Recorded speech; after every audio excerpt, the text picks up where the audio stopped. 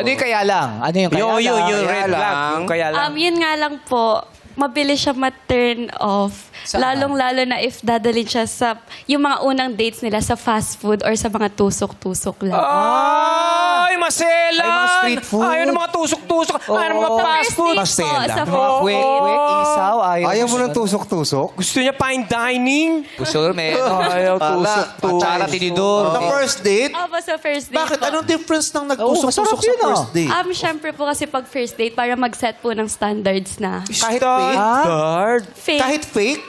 Fake. Hindi, kasi gusto mo sa first date mag-set ng standard. May sinet na standard pero fake. Kasi sa totoo... Hindi siya ganun. Parang hindi Kasi ganun. sabi mo, okay naman ang tusok-tusok eh. Huwag lang sa first date. Opo. So, kailangan magpa-impress sa first date. Sa kanya, Paano kung hindi mapangatawanan? matiturn off po. Impression. You have to set an impression that Yeah. you like finer things. Mga ganyan. Batas ang standards niya. Dapat mayaman ba yung lalaki? Magprangkahan na tayo dito. Yeah. Kailangan yung lalaki mayaman. Opo. Maporma. Lalong-lalo na po malinis po morma. Hindi, iba yung malinis sa Okay. maporma ha. Yung aesthetic, maporma talaga. Branded clothes. Opo. Tama ba yung sinabi niya? Opo, pero yung sa first date lang naman po yun, na parang para sa akin, first impression po kasi yung sa first date. So, kung paano mo ako i-treat ng first date, yan na yung i-expect ko na, okay, ganito tayo. Pero yung sa tusok-tusok, kumakain naman po ako tusok-tusok. Pag lang po komportable na tayo sa isa't isa, samahan ko yun. Paano kung first date nyo nakakotse, tapos second date nyo jeep na? Oh, parang hiniram Tama. lang pala yun. No? Correct. Nag-set ka ng standard. Kasi syempre, tapos- lahat gagawin ng lalaki Yeah. para ma-impress ka. Oo. Tsaka, ayaw mo ba nun na sa first date nyo, nagpakilala siya ng totoo? Correct.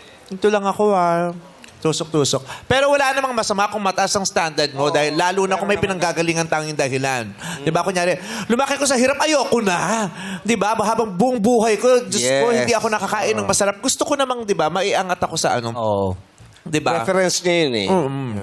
Mas okay sa yung e-etchosin ka sa first date para lang makapagpa-impress. Ayoko din naman po ng etchos. Pero, hindi naman po agad, kunyari, sa first date, super mahal agad. Parang somewhere decent lang po sana. I mean, decent din naman po. Pero yung ina-expect ko po, like, sit-down dinner, yung mga ganun po. Malaking bagay sa iyo ang first date. Malaking bagay po para sa akin ng first date. Kasi yun po yung getting to know each other faces. So, dun ko po siya makikilala. Parang ang sama lang din po kasi sa akin if first date natin sa bar, hindi ko siya makakausap ng maayos. Hindi rin naman natin masisisi lahat. What if, kunyari si Francine, ang mga magulang niya, sinanay talaga siya na dahil mahal na mahal ka namin, hindi ka kakain ng mga pagkain. Prinsesa. Pinaniniwalaan namin, hindi masasarap. Masasarap lang ang pakakain naman sa'yo.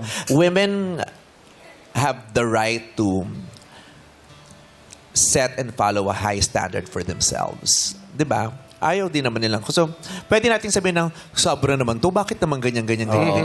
Pero kung ikaw ba sa totoong buhay, di ba? Siyempre gusto din naman, mas gusto naman natin ng bongga. Maginhawa. Yeah. Di ba? But then again, we cannot judge.